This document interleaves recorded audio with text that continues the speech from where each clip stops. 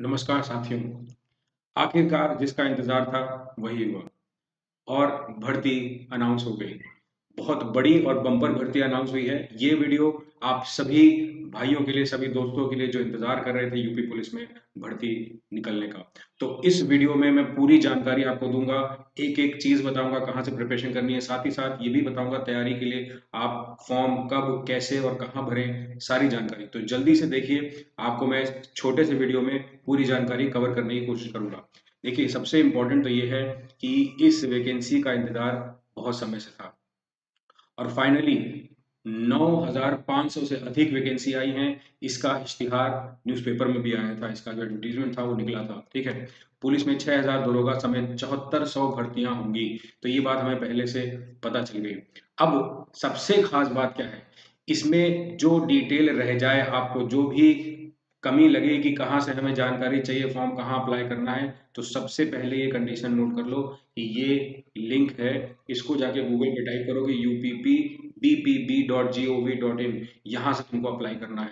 तो ये सबसे इंपॉर्टेंट है और सबसे महत्वपूर्ण बात है कि इसका लिंक मैंने डिस्क्रिप्शन में भी डाल दिया है, तो वहां से भी जानकारी ले लेना। ठीक है, चलो अब देखते हैं इसमें सबसे इंपॉर्टेंट क्या है, जानकारी जो हमें चाहिए, मेन जानकारी क्या है।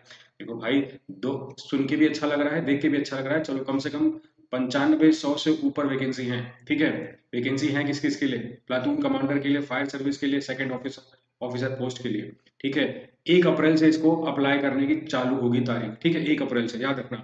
और लास्ट डेट क्या है? लास्ट डेट 30 अप्रैल है, नोट कर लो कहीं पर, इसको बहुत इंपॉर्टेंट है। आगरा शहर है, स्टेट उत्तर प्रदेश आपको पता ही है, और भारत देश है। यूपी पुलिस की जानकारी है, पूरी जानकारी। अब सबसे इंपॉर्टेंट है कि सर कौन कौन लोग भर सकते हैं, कितनी एज वाले भर सकते हैं, कब से कब तक भर सकते हैं, पढ़ाई क्या करनी पड़ेगी, एग्जाम में क्या पूछा जाएगा, और फिजिकल में कितना क्या क्या होगा, वो सारी जानकारी मैं आपको देता हूँ। ध्यान से सुनो। सबसे पहले, ऑनलाइन जो एप्लीकेशन की डेट है वो चालू हो रही है 1 अप्रैल से। तो चूकना मत, इंतजार मत करना कि बाद में भर लेंगे, ऐसा कर लेंगे। भर दो, बस जैसे ही स्टार्ट हो 1 अप्रैल से भर दो। समझ गए? और लास्ट डेट तक वेट मत करना, फिर से बोल रहा हूँ, 30 अप्रैल 2021 रात्रि 12 बजे तक। जब खास करके 12 बजे जब बड़े बड़े अनाउंसमेंट होते हैं, वही 12 बजे। तो थोड़ा ध्यान रखना, पहले ही कर देना, इंतजार मत करना कि सब भरेंगे या भर लेंगे बाद में, ऐसा कुछ नहीं। अगर आप इस डेट में आते हो, इस सीमा में, तो बिल्कुल अप्लाई करो, यही मौका है। सबसे खास बात क्या है, सब इंस्पेक्टर की भर्ती है सिविल फोर्स में, जिस सिविल पुलिस में, जिसमें मेल और फीमेल की 9,027 वैकेंसी। एसआई की, सब इंस्पेक्टर की, ध्यान से सुनो। अब इसमें जो अनरिजर्व हैं उनकी 3613 पोस्ट है। इकोनॉमिकली वीकर सेक्शन की 902 पोस्ट है। ओबीसी की 2437 यानी कि 2437। और एससी की पोस्ट, एससी रिजर्वेशन कोटे में 1895 पोस्ट, 1895। एसटी रिजर्वेशन कोटे की 180 पोस्ट। और उसके बाद प्लाटून कमांडर जो है, पीएसी, जिसमें सब इंस्पेक्टर आर्म पुलिस आता है, मेल के तहत 484 पोस्ट, 484। इसमें जो बिना रिजर्वेशन वाले हैं उनको 194 पोस्ट है उनके लिए। ईडब्ल्यूएस जैसे बताया है 48 पोस्ट है, ओबीसी की 131 पोस्ट है, और एससी की 101, एसटी की 10 पोस्ट है। फायर सर्विस के लिए सेकंड ऑफिसर जो मेल की जो आवश्यकता है दिखाई गई है, वो 23 पोस्टों की है, जिसमें से अनरिजर्व वालों की 10 हैं, ईडब्ल्यूएस की 2 हैं, और ओबीसी की 6 हैं। साथ ही साथ एससी की 5 हैं, और एसटी की इसमें नहीं है, ध्यान रखना। अब आती है कि सर इसमें पे स्केल, जो ग्रेड ग्रेड जो होती है, पे ग्रेड ग्रेड पे वो क्या होती है? तो ग्रेड पे 4200 है, और बैंड जो इसका है 9300 से 34,800। ठीक है, ये दूसरी बहुत महत्वपूर्ण बात होती है, क्योंकि हमें पहले नौकरी चाहिए, उसके बाद तो पता ही है कि नौकरी में सैलरी मिलेगी, और आगे काम करेंगे तो आगे बढ़ जाएंगे। ठीक है, सबसे इंपॉर्टेंट है कि एजुकेशनल क्वालिफिकेशन बच्चे पूछते हैं। इसमें आपको सिर्फ एक किसी भी मान्यता प्राप्त यूनिवर्सिटी से ग्रेजुएट होना आवश्यक है। यदि आप ग्रेजुएट हैं, किसी भी स्ट्रीम से आपने किया है, इससे कोई फर्क नहीं पड़ता, कितने आपने अंक प्राप्त किए, कोई फर्क नहीं पड़ता, आपको ग्रेजुएट होना आवश्यक है। तो ध्यान रखना। एज लिमिट सबसे ज्यादा बच्चे पूछते हैं, 21 से कम वर्ष वाले नहीं भर सकते, 28 से अधिक वर्ष वाले इसको नहीं भर सकते। तो 21 से 28 वर्ष के ही बीच में होने चाहिए, आप ये फॉर्म तभी भर पाएंगे। तो बहुत महत्वपूर्ण हो जाता है। अब आती है फिजिकल एलिजिबिलिटी, क्या फिजिकली आप एलिजिबल हैं इसके लिए कि नहीं? तो जनरल, ओबीसी और एससी के लिए ध्यान से देखना, मेल कैटेगरी में जो है हाइट 168 जो कि सामान्य है, हमेशा ही मांगी जाती है हर बार एसआई के लिए, इतनी ही है। और चेस्ट की जो खुलाई है वो 79 से 84 है। ये चीज ध्यान रखना, इतना इतना मिनिमम रिक्वायरमेंट चाहिए होता है।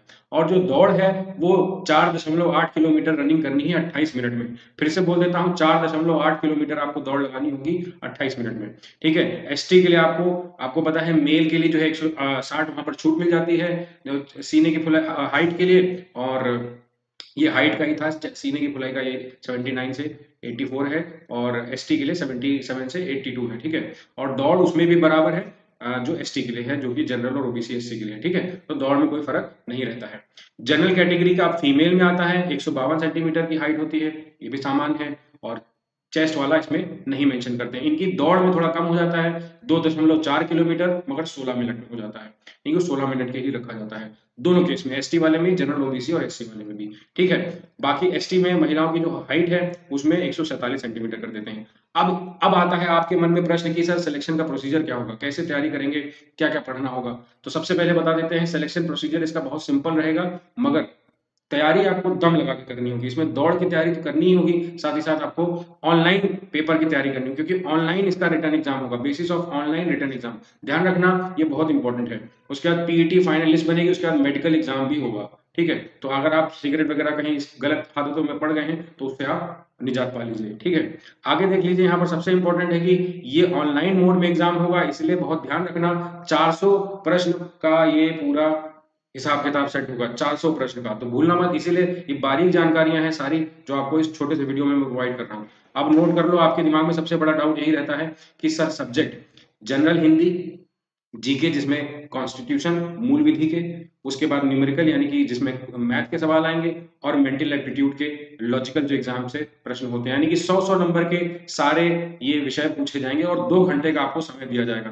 तो 2 घंटे में आपको प्रिपरेशन करनी है। इसमें सबसे ज्यादा जो बच्चे अच्छा अंक स्कोर कर पाते हैं वो कहीं ना कहीं इन नीचे वाले जो विषय हैं इनमें कर पाते हैं, या फिर जिनकी हिंदी और जीके स्ट्रांग है वो भी अच्छा स्कोर कर ले जाते हैं। मैं आपको सलाह ये दूंगा कि चारों पे बराबर ध्यान देना, जिससे कि आपको ओवरऑल स्कोर बढ़िया बन जाए। 400 नंबर का पेपर होगा, ध्यान रखना।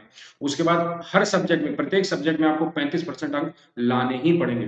टोटल आपको 50% मेंटेन रखना होगा। ये थोड़ा एक ऐसा आंकड़ा होता है जो आपको खास ध्यान रखना पड़ेगा। इसको मैं वेरी इंपॉर्टेंट लिख देता हूं, इस बात को बिल्कुल मत भूलना, बच्चे कई बार गलती कर जाते हैं। तो ये पूरी जानकारी थी यहाँ पर आपको मैंने दी।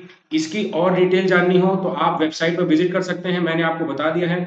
बाकी एक खास बात मैं आपको बताना चाहता हूं बच्चों, अगर आप इस पद के लिए तैयार कर रहे हैं, ठीक है, तो आगे आने वाली जो भी जानकारी है वो अपने चैनल पर मैं देता रहूंगा। तो आप मेरे चैनल को सब्सक्राइब कर लो, जिससे कि आगे कोई भी इससे संबंधित मैं वीडियो डालता हूं तो आपको नोटिफिकेशन मिलता रहेगा और आपको जानकारी पूरी मिल जाएगी। उम्मीद करता हूं आपको ये वीडियो हेल्प करेगा। Thank you.